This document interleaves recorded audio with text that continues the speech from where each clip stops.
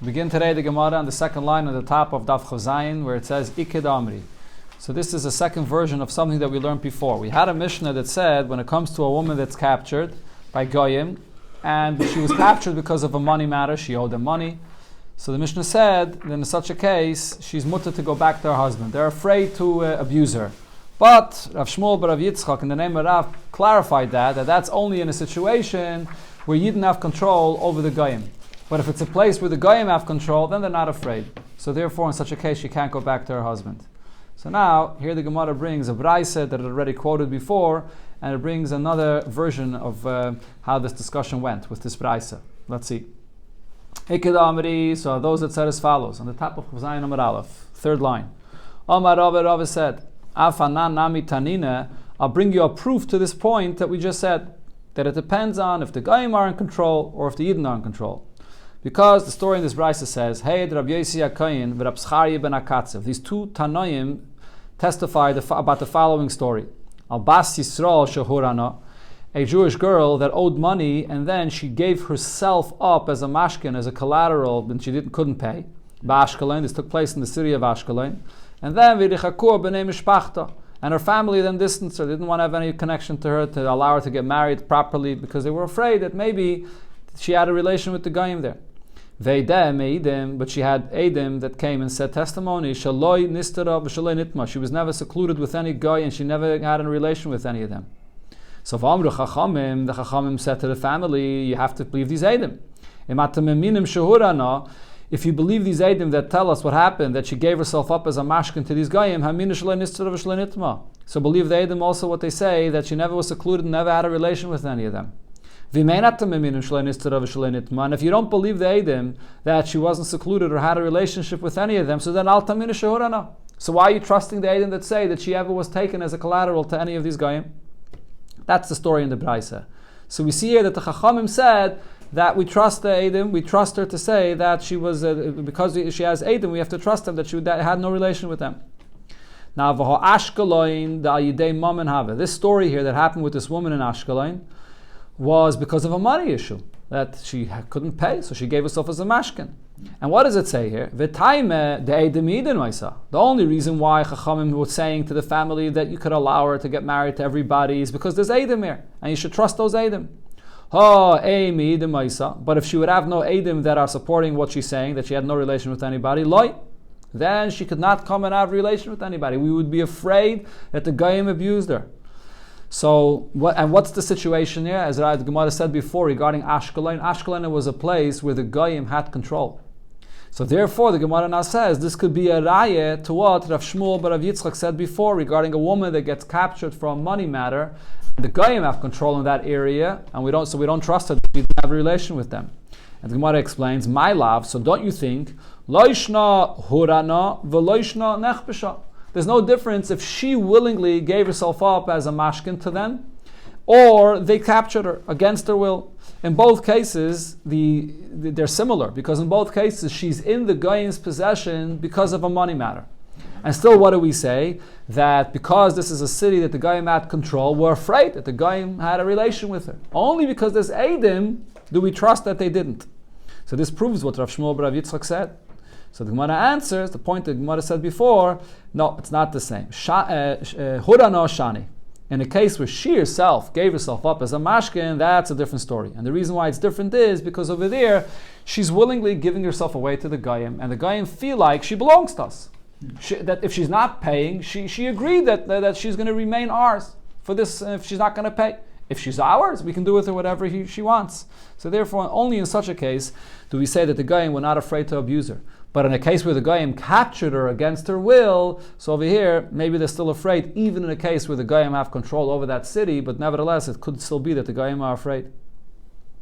Now, Ikke de Rami la Mirma, there's yet a third version regarding how this discussion went between the Mishnah that we had with a woman that was captured, and this Braisa here, which is a story of a woman that gave herself up as a mashkin. So some brought this as a question. There was asked as a question that there's a contradiction here.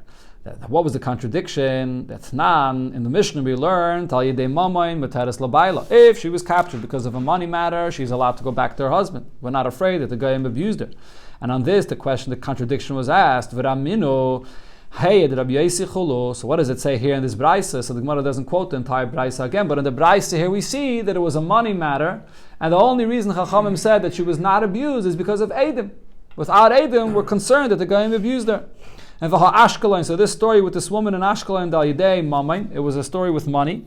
Vikatani, and what does it say here? Time the Eidim Maisa. The only reason Chachamim said that they can still marry her is because she has Eidim. But without Eidim Loi, they can't marry her. So it's a contradiction to our Mishnah that says in a money matter we're not concerned. And on this, so Mishani, Shmuel answered, Amar Rav Shmuel bar Rav Yitzchak, Loi Kashya. It's not a contradiction. Kan Sheyad Yisrael Takifa. The Mishnah is speaking about a situation where the Yidden are the ones that have control, and therefore Goyim are afraid to abuse this woman. The Yidden have control over the Goyim. And Kan, in this Braisa, with this story in Ashkelon, Sheyad Evdikachavim Takifa Alatzman, that it's the Goyim that have the control over the Yidden. So therefore, in that case, the Goyim are not afraid. Unless you have Eidim, the Goyim will abuse this woman. Going back to the Mishnah, Al Yidei Nefasha is Asura. The Mishnah says that if a Yiddish woman is captured in a situation where they want to kill her, so then if she gets released, we're afraid the Goyim abused her because they don't care. So on this, the Gemara explains what exactly is this case of Nefashes. Amar Rav, so Rav says the example would be Kagoin Nashi de Ganvi, the wives of those thieves that the Goyim caught. In those times in the Gemara, when a thief was caught, they would hang him. And not only that, they would be mafkir, his whole family and his wife, that people could go and do whatever they want with them. That was a very harsh punishment for a thief. So therefore, the wife of a ganav that the Goyim captured, this is a woman that we know they abused her, and therefore she can't go back to get married to whoever she wants. V'Levi Omar, Levi says, not necessarily by the wife of any ganav, but Kagoin Ishta Shel Ben Dunoi. If it's a wife of the individual, his name was Ben Dunoi, Rashi brings the Gemara and Saita says he was not just a thief, but he was a murderer, Ritzeach, and his name was Elazar Ben Dunoi. So if he's caught, then his wife, for sure, they're going to abuse her, do whatever they want with her. But not necessarily any ganav. And Chizkiah says about this, V'hu shenigmar dinan la'arige. When we speak about over here about these individuals that were caught and their wife will also be abused, that's in a situation where there was an actual verdict that the court already ruled that they're going to kill this person. Then we're afraid that the wife is abused if she's captured. But Rabbi Yechanan says, no, not necessarily. Even before there's a verdict that they ruled that they're going to kill this person, still the wife, if she's captured, they're going to abuse her and she can't go back to marry whoever she wants. Even in a place where you have yourself to keep her? Yeah. Well, if the Goyim are doing this, I don't think you could say Yad Yisrael Takifa. If Goyim are running things in this manner, it's pretty clear that they're in control. Going back to this halachas that we're discussing regarding a woman that's captured, could she still marry a Kayin, or are we concerned that she had a relation with a guy? So there's another scenario here. A city which was conquered by an army that laid siege on the city. So now all Kayanis that are in this city, psulais, they're going to be puzzled. They're going to be puzzled to their wife, to their husband, that is, Rashi over here says, we're talking about the wives of a Kayan, that they're going to be puzzled to go back to their husband because we're afraid that they had a relation with a guy, even if it's against their will. But a wife married to a Kayan is still usher. So from Rashi it's mashma, if it's a wife of a regular Yisrael, that's only usher to her husband if she willingly had a relation with a guy, so then we're not going to be concerned. But if a wife of a Kayin, then in this case where the Goyim conquered the city, we're afraid that she had a relation even against her while she's also to her husband. If she can bring Eidim to say that she's pure and no one had a relation with her, afila eved, afila shifcha, and that includes even a eved kanani or a shifcha kananis that usually are pasaledis, and they come and say we were with this woman the entire time and she had a relation with nobody, and we believe them. This is a special kula regarding a woman that's captured or a woman that's in this situation when the city is conquered. The Chacham will makel and allow that we could believe even an eved and a shifcha. But a person is not believed to say anything about himself in such a situation, and so too this woman is not believed to say regarding herself that she didn't have a relation with anybody else.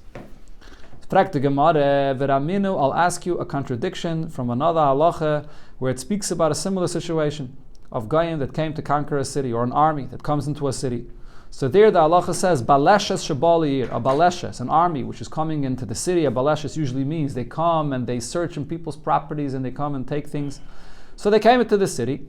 So b'shas shalom, if it's a time of peace and they just enter into the city, so chaviyos psuchos asurais. If there are barrels of wine and these barrels were open, so then those barrels are asur. We're afraid that these guys may have poured it for themselves and poured for avodah zarah. It becomes yain nesach. Stumais, but closed barrels of wine, mutaris. Those are allowed to still be drink. You can still drink them. But b'shas muchama, if it's a time of war, so over here, elu ve'elu mutaris. Whether you have open barrels of wine, closed barrels of wine, they're all mutter. Why? They don't have time to pour wine for themselves or pour wine for avodah zarah. They're busy. They're in the middle. There's a war going on. So if so, the question of the Gemara is, why shouldn't we say the same thing regarding our Mishnah? Our Mishnah says when there's an army that lays siege on a city, they're conquering the city, they were afraid that they had a relation with a Jewish girl. We see over here that it's a wartime, they're busy, they're running, so we shouldn't be concerned for this. So the Gemara says, no, you can't compare the two. You can't compare wine and a Jewish girl. For this, that they may have had a relation with a Jewish girl, for this they have time. But to pour the wine, ain't pnai. For that they don't necessarily have the time. So one of the Rishonim explained, I think the Tosfos Rid explains, the reason is because the Yetzer Hara, to be bayil a Jewish girl, is much greater, so for that we're more concerned. Rabbi Yitzchak bar Elazar, Mishmei de Chizkiyama. Rabbi Yitzchak bar Elazar, in the name of Chizkiya, gave a different answer. It depends what kind of a war is going on over here. Who is this army conquering this city? Kan b'charkem shaloisa malchus. Over here, when it says that we're not concerned that they poured the wine, it's talking about a place where the charkaim, the siege that was laid on the city, is by this country there, this kingdom here that wants to expand its territory a little bit, and they're conquering this city. So if they're conquering this city, so Rashi's pshat in the Gemara here is because they want to conquer the city and they want the people of the city to become part of their kingdom. They should pay taxes and they should be good citizens. They're not going to abuse the people of the city. Their whole point is they want the people of this city to become part of their kingdom. So therefore we're not afraid that they poured wine, or we wouldn't be afraid that they went and abused anybody. But if it's another kingdom that's passing through here and they're in a war and they're conquering the city, so then we're afraid that they're going to abuse the people in the city. They're not looking to keep the peace over here. So in such a case, we are afraid, like the Mishnah said, that all the women in it are going to be puzzled for a kain. This is Rashi's pshat in the Gemara here. Tosfos, most of the Rishonim actually say that the pshat is the opposite. That if it's a karkim from this malchus, so they're not afraid. They do whatever they want. This is our place. This is our malchus. They go, they conquer it. They do whatever they want. If it's a malchus acheres, if it's a different kingdom that's coming into this area, so then they're afraid of the people there. They're afraid of the government that's locally in the city, and therefore they're going to be more careful in their behavior. Okay, but let's continue with Rashi's pshat. So the Gemara asks on this answer, on this distinction here, that shall oisa malchus nami. So even if it's from the same government, so according to Rashi's pshat, so what are we saying? That if it's from the same government that's trying to expand its kingdom, they're more careful. They want to keep the peace in the city. So the soldiers will not abuse any of the women. But nevertheless, how can we rely on that? It's impossible that even one soldier did not run away or did not, or so some the Bachis says Rashi's greatest okar chad minaya, that one soldier did not go away from the rest of the soldiers and go and abuse one woman. We have over here a bunch of soldiers. They go into cities and they do whatever they want, as we know what happens during these wars. So if so, all these soldiers, shouldn't we be afraid that even one of them went and did something inappropriate? So Rav Yudah Mashmuel says, what we're speaking about over here is that when they came into the city, so they have guards, they have different groups of soldiers, and they watch over one another that nobody should go and do anything wrong. And that's the case that it said in the Gemara, that we don't have to be afraid that they abused anybody. Fragt the Gemara still, how can you rely on this? Even if they're coming into the city and they want to conquer the city in the most peaceful way, and therefore they place guards that none of the soldiers should go and abuse anybody, but nevertheless these soldiers are still wild, and it's impossible that one of these guards did not fall asleep and therefore somebody went and abused a woman. Rab Levi, so therefore Rab Levi says, actually it's even more than this that happened there. They come, they want to keep the peace, and therefore what they do is, when they come and conquer, they lay siege on the city, they surround the city with these shushilta, with chains. and v'kalba v'gavza, and also they surround the city with sticks and different obstacles that people shouldn't be able to just go into the city and do whatever they want. Oh, dogs, okay, could be dogs. I mean, I'm just Rashi says maklois v'kismin, and va'avza, and also geese. They put geese that if someone's going to walk into that area, these geese are going to make noise. So therefore, this is something that we know we can rely on the fact that they're conquering the city in such a way that they want to keep the peace, and therefore no woman was touched. Okay, now the Gemara brings other Amiroim that discuss this. And we see that is a dafka in such a situation where there were so many precautions that we see that we could be sure that nobody touched anybody, or you don't necessarily need all of these precautions. This was an argument between Rabbi Yehuda Nasi and the Rabbanon. Chad Omar, one of them, when they had this discussion regarding the siege that was placed on the city, and there was the contradiction there between the Mishnah and the Braise, whether they abused the woman, whether they poured wine for themselves or not. So one of them answered that the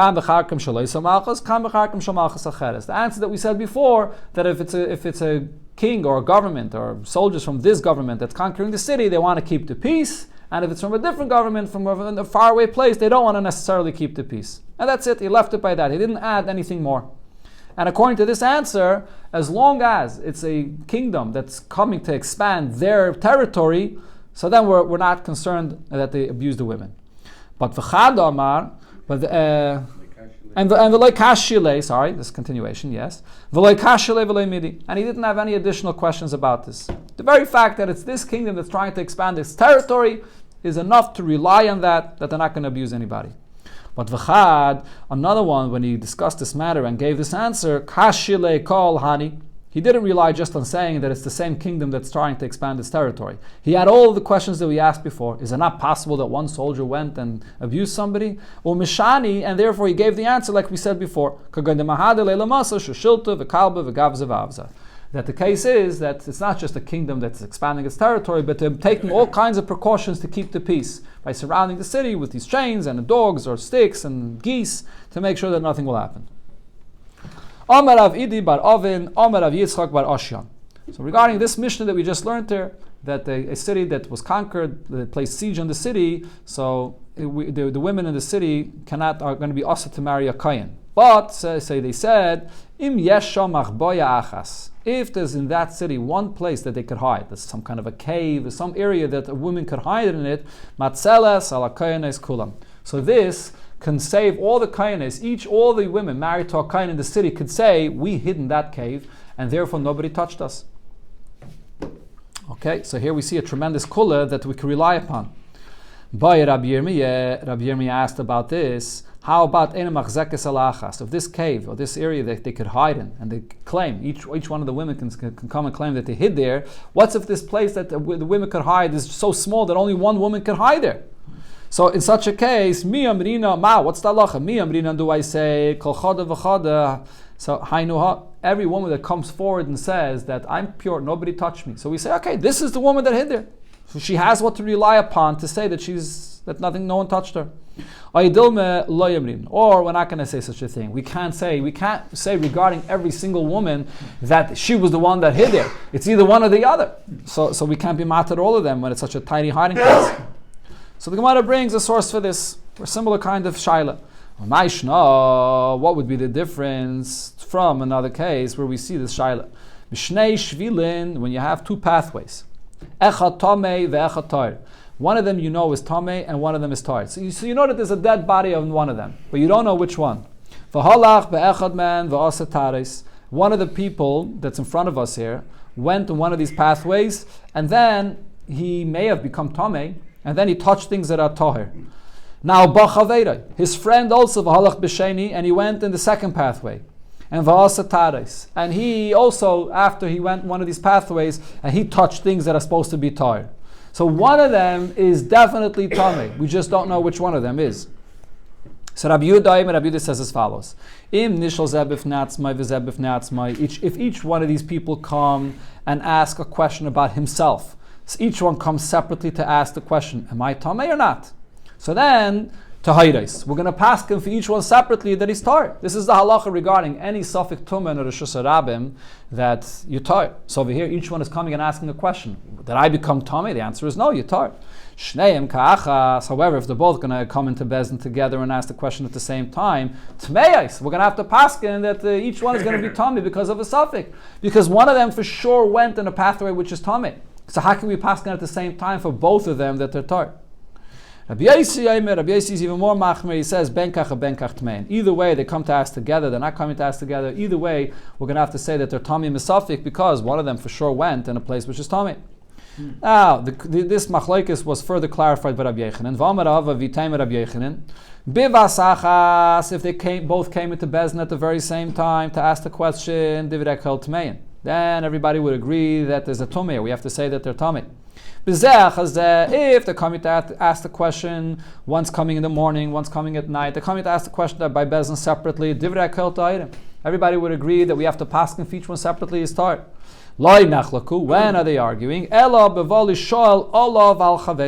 When one person is coming to ask the question about himself, and he's also asking the question about his friend. So over here, there's only one person standing in front of us, but he also wants to know what the halacha is for his friend.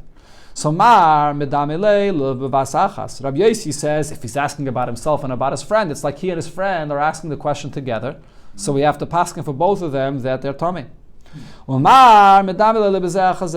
But the Tanakama here, so Rabbi Yehuda says that no, in such a case, if you're coming alone, so we're passing for yourself.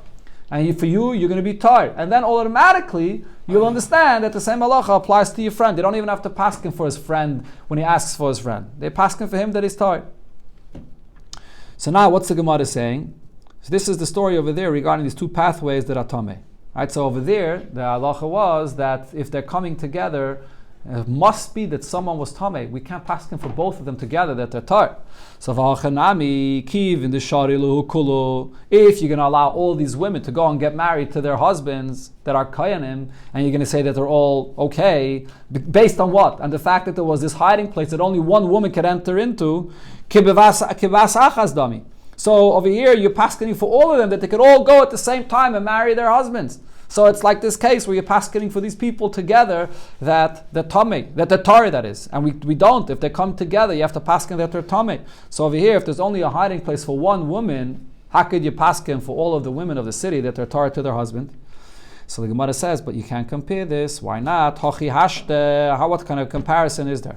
Over there, the situation is that there was one pathway that there was definitely tumah there. But over here, in the end of the day, what is it we're saying? That it's soldiers that conquered a city, and it could be that one of them had to be abused and had a relation with one of the women, but we don't know it for a fact. If this is a situation that we don't know that for a fact, over here we could pass for each one separately that they're toy, relying on this, that maybe she was not abused. And especially since we have this machboah, since we have this hiding place, even if it's only one woman, we could rely by each woman that she's the one that hid. So it's no comparison. The Gemara has now another shaila. Ravashi asked about this kind of situation where there's a hiding place in the city. Amra loinich beisi. A woman that was in this city that was conquered by this army comes and says, I did not have any hiding place. But v'loinich meisi. But nobody touched me. I never had a relation with anybody. So now, what's the halacha now? Mi amrinan, do I say that we trust her? Even though she says clearly she didn't hide, she was exposed, but still we trust her because mali l'shakir. She has a migu. Why is she? We see over here clearly that she's not lying. She could have easily said that I hid and therefore I wasn't touched. Or perhaps we say loya mirinan, that we do not say a migu in this case. And the reason we would not say a migu in this case is because if the moment she's admitting that she didn't hide, so in a case where soldiers conquered a city, it's almost like we have Eidim. To us it's clear that a soldier had a relation with her. And there's a rule, this is what the Gemara will discuss here now, that when you have a strong reason to be believed, because you have a migu, mali l'shaker, but nevertheless, that's going against Eidim, a migu is worthless. In this case, when the soldiers conquered the city, it's so clear that someone had a relation with her, that even if she has a migu, she will not be believed. And the Gemara brings another situation where we see this. So the question that Ravashi is asking here, why is this any different than the following story? There was a person, so he rented a donkey to his friend. Amalei tells his friend that's renting this donkey, don't go on this pathway that goes near this river, Nahar Pekod. There's water there, and then the donkey could get washed away, could drown in this water. Rather, Zil Borcha de Norish. Go in this way of Norish, the Lekemaya, there's no water there. What happened? What did this renter do? He went there in this place with this river of Nar Pekod, and the donkey died. But it didn't die because it was flooded by the water. It just died. And therefore, if it died, it's not his responsibility. He wasn't negligent about it because, he was actually. He went in the place he shouldn't have. But the fact is, it just died by itself. Now, so he came to Rave, and so the renter said that it's not my fault. The donkey just died on its own. So the renter said, "In Borcha de Nar Pekod Dasli." True, I went in that pathway where the water is, and I shouldn't have gone there. But miu lehavamaya, when I went there was no overflow of water, and the donkey just died on its own. So Rave said about this, Mali l'shake. This person should be believed because he has a migu. We see that he's honest. He could have simply said, "No, I went in the way that you told me to go." There was no edim that tell us that he went in that place. So therefore, since he could have said he went in the other pathway that he should have gone, now that he said he went here, we should believe him that the donkey died on its own. So to this, Abaye said to Rave, there's a rule, we don't believe a person with his claim, even if he has a migu to back up his claim, if it's going against what Edom say. So therefore, in this case, what Abaye is saying is, a person that goes to that place of Nar Pekod, it's so sure that in that place the donkey gets washed away by the water that it's like Edom. It's like we have Edom here saying that that's what happened. So therefore, if he comes and says that that's not what happened, it just died on its own, it's like he's speaking against Edom. So we don't believe him. So therefore, what is the Gemara's comparison? The Gemara wants to say the same thing over here. Even though this woman comes and says that I didn't hide, I was exposed, but nobody abused me, the moment she says she didn't hide, it's like she's speaking against Edom. The fact that somebody abused her we're so certain about that we can't believe her anymore. But the Gemara says, no, you can't compare the two things. Hachi hashta, there's no comparison. Hasam, vada yeke Edom deke maya. There, that pathway of Nar Pekod, we know, it's like we have Edom here, that there's water there. So for sure, the donkey gets washed away by the water. Hacha, vada yitame. Over here, when there's an army that comes and conquers a city, is it 100% certain that every woman in the city was abused? Chashashahu. It's a concern, it's something that we're afraid of. So in a case where it's only a concern, if her claim is so strong that she has a migu, that she's trusted, we're going to trust her. So it's not exactly the same situation like with the water there. The next thing is said in the Mishnah was, if she has Eidim that she was untouched, so then even if it's an Eved or a Shivcha, which is usually not kosher for an Eidus, but here we trust that's such a kind of an Eidus. Says the Gemara, does this mean, even an Eidechot, correct, yeah.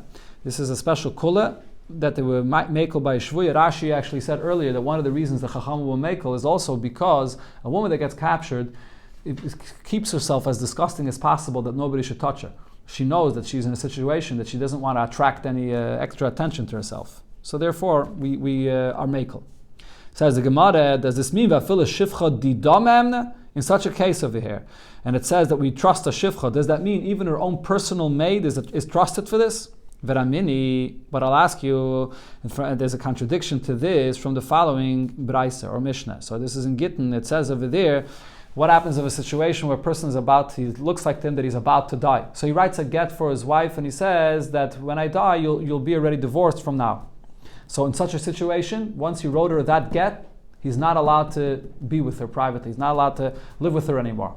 So now it says there, he should not be together with his wife anymore once he wrote this get. El al pi edim, unless there's a presence of witnesses there. Va'afil al pi eved, va'afil al pi shivcha. And even if there's a presence of a servant or a shivcha that's there, then she's allowed to be with her husband. Chutz mi shivcha. But she's not allowed to be with her husband when her own personal maid is there, because if it's her own personal maid, she's too comfortable with her, and in such a situation, we're not going to trust the shivcha to say that the husband and wife never had a relation with one another. Okay, so what's the Gemara's question here? So over here, we see that when it comes to her own personal shivcha, we're not going to trust her. And from the Mishnah, it's mashma, shivcha, any shivcha, even her own personal shivcha that says that this woman had a relation with nobody, we are going to trust her. Rav Papi, so Rav Papi says, b'shvuya ikilu. You're right. It's not the same situation. Over here, when it comes to a shvuya, a woman that was captured, or like it speaks about in our Mishnah, when there's soldiers that are from an army that are in a city, so in such a situation, they were extra lenient. And over here, they're going to trust even her own personal maid to come and say testimony that nobody touched her. Rav Papa said, you don't have to say that it's a special leniency by shvuya. Rather, the answer is as follows. Ha b'shiv chedida, ha b'shiv chedidei. The difference is, over here it's talking about her own personal maid, and she's not going to be trusted. And ha b'shiv chedidei. And then in our Mishnah, when it says that we trust any shivcha, it means even his maid, not hers, but even the husband's maid that's there, will be trusted to say that she had a relation with nobody. What the Gemara asks on this question of Rav Papa, it doesn't seem so from the language of the Mishnah. Her own personal maid is not going to be believed to say that she had no relation with nobody, but hakatani. What does it say in our Mishnah? Ein adam meid al atzmai. A person cannot say, the woman cannot say testimony for herself that nobody touched her. But but that means that anybody else, even her own personal maid, mehemna, is believed. So the Gemara says, this is not a question. Shivchasa nami ka'atzma dami. Your own personal maid is like you yourself speaking. So therefore, when it says that you're not believed, that includes also your own personal maid. So it's not a question of Papa's answer. The Gemara brings a third answer. Ravashi Yamar. Ravashi says, Hava b'shiv chedida. In both cases, here in our Mishnah, when it says that we believe a shivcha to say that nobody touched her, and over there in that Mishnah in Gittin where it says that she shouldn't be misyachid with the shivcha, so in both cases it's talking about shivcha dida. That we don't, over there it says we don't trust if it's her own shivcha, because she's comfortable with her.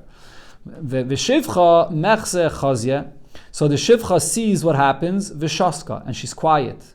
So hasam, the shtikasa matirasa, in the Gemara in Gittin, when it says over there that we're not going to trust her own personal shivcha to allow the husband and wife to be together after he wrote a get for her. So over there, shtikasa matirasa. Over there, we don't need this shivcha to speak up to be matir this woman. Over there, as long as this shivcha is going to be quiet, so then this is going to be matir the woman to come and be able to live with her husband. So therefore, loy ma'emna, she's not going to be believed. Right? Because the case over there is that we don't need that shivcha to come and say testimony that the husband and wife never had a relation with one another.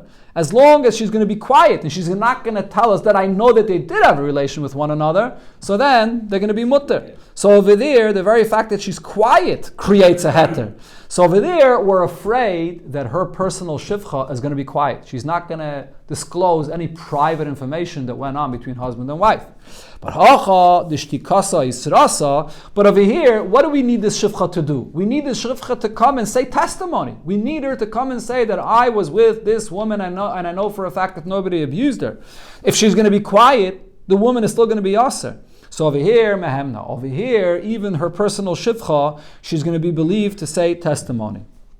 Hashtanami asya. So sorry, the Gemara asks the question. Hashtanami asya mishakra. But over here, why aren't we concerned that this personal maid will come and lie for her master, for the woman that she's saying this for? Why aren't we concerned that she's going to lie for her sake? So the Gemara says, no, that we're not concerned about. Tarti layavda. Two things that are wrong she's not going to do. What does this mean? So Rashi says it's one thing for her to be quiet, not to disclose any private information about what happened between husband and wife. That we're concerned, that she's not going to tell us the truth. But that she's not going to speak up at all. She's just going to stay quiet. But to say that not only she's going to be quiet, but in addition, she's also going to be ready to come and say, this a lie, that this woman had no relation with a guy when the truth is that she did. For that, we're not going to be concerned, even though it's her personal shivcha, but she's not going to do this and say such a lie. And the Gemara brings another incident where we see this. Kiha, the Mari bar Esek, V'amrila, Chana bar Esek, the story with Mari the son of Esek, or Chana the son of Esek. So what happened? Asale acha mibei Chuzah.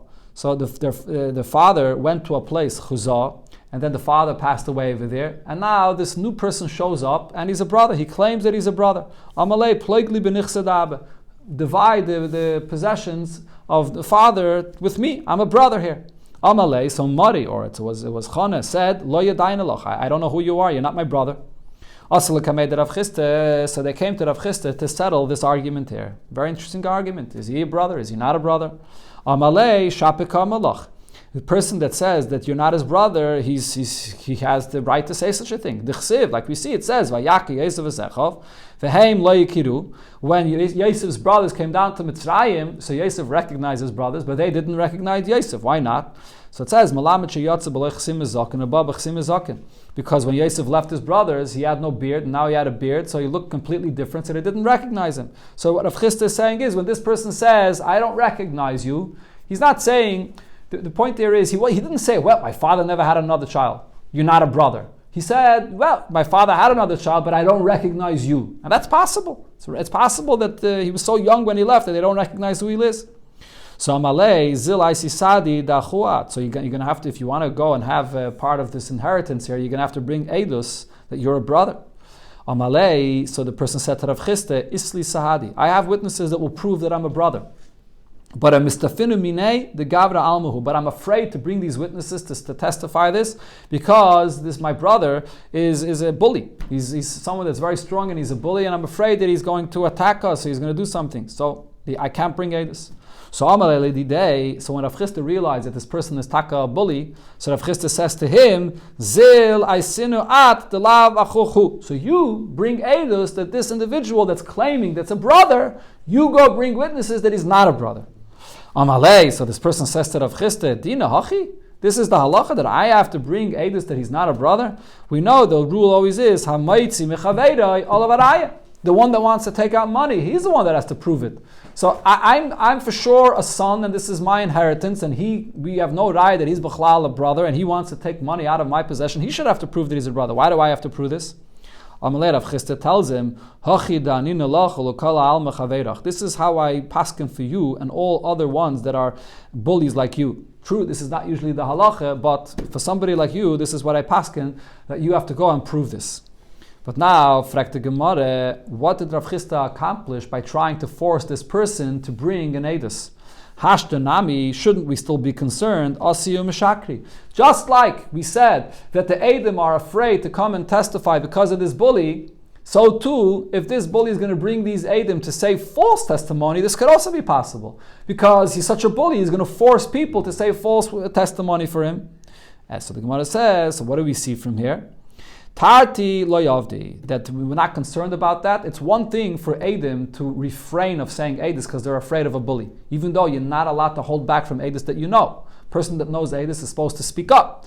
But in the case of a bully, we're afraid they're not going to speak up. But that Eidus are going to come and say a lie because of a bully, that we're not concerned about, and therefore Rav Chisda said, bring Eidus and we're going to trust Eidus. Says the Gemara, shall we say that what we brought before about a shifcha, when it's a woman's own personal maid, whether we trust her that nobody touched her or not, so this seems to be a machlekes tanaim. In one brayse it says, Zu eidus ish v'isha tinik v'tinaikis. This kind of a eidus, a man, a woman, even a tinik, a tinaikis, a young child, whether a boy or a girl, a via v'ima, even a father or a mother, v'achia v'achaisa, a brother or a sister, all of them are believed to say about a woman that she wasn't touched. Avaloi b'no bita, but not her son, but not her daughter, loy avda v'shachchasa, and not her servant or not her maid. So here we have one brayse where it clearly says that her own personal maid is not believed. V'tanya idach, in a different brayse it says, hakoil ne'emanim lahoid, everybody is believed to say that nobody touched her, chutz meheimena ubayla, besides herself and her husband. So we clearly see here a machlokes in this brayse. So the Gemara says, the Rav Papi v'the Rav Ashi tanoihi. Rav Papi and Rav Ashi that said before that her own personal maid is believed, so we see here clearly that this is a machlokes tanoim about that. The Rav Papa, however, Rav Papa's opinion, mi leime tanoihi. Rav Papa said before that your own personal maid is not believed, and over here we see one brayse that it says that a personal maid is believed. Is that going to be a machlokes tanoim or not? So the Gemara now will explain that not necessarily is a contradiction to what Rav Papa said. Amalach Rav Papa will tell you, Ki Tanya hi, that brayse where it says that a personal maid is believed to say that nobody touched this wife, this woman, b'masicha lefituma. Over there it's speaking about that this maid is not coming to testify. Rather, she's saying something in a conversation sincerely. We had this before in the Gemara, masicha lefituma. Whenever you speak sincerely in a conversation, there's more trust for this. And that's what the brayse meant, that she's believed. And the Gemara brings an incident that happened. So what he said was, Mishtoi, so he shared that Maisa Bal of Rabbi Shua ben Levi, a story came in front of Rabbi Shua ben Levi. Others say Rabbi Shua ben Levi Mishtoi, that Rabbi Shua ben Levi said over the following story that Maisa Bal of Rabbi, that there's a story that came in front of Rabbi. Ba'adam echad, there was a person Shai Masiach Lefituma. He was just speaking in a conversation, and Va'amar, and he said, Ani v'imi nishbeinu, myself and my mother, we were both captured. Lebeinu Yivdik Echavim amongst Goyim. Yatsasi l'shev mayim. When my mother went out to draw water, I went out together with my mother. Daiti al imi, I was always together with my mother. Lilket eitzim, to when she went out to collect wood, or lalaket eitzim. Daiti al imi, I was again paying attention to my mother. I was always watching my mother that nobody should touch her. He just said this in a conversation. He didn't say this as a testimony. V'siya Rabbi l'kon al piv. And based on this testimony, even though it's a son, and everybody agrees that a son is not believed, but if it's Masiach Lefi Tumai, a son is believed. Therefore, this is not a contradiction to what Rav Papa said.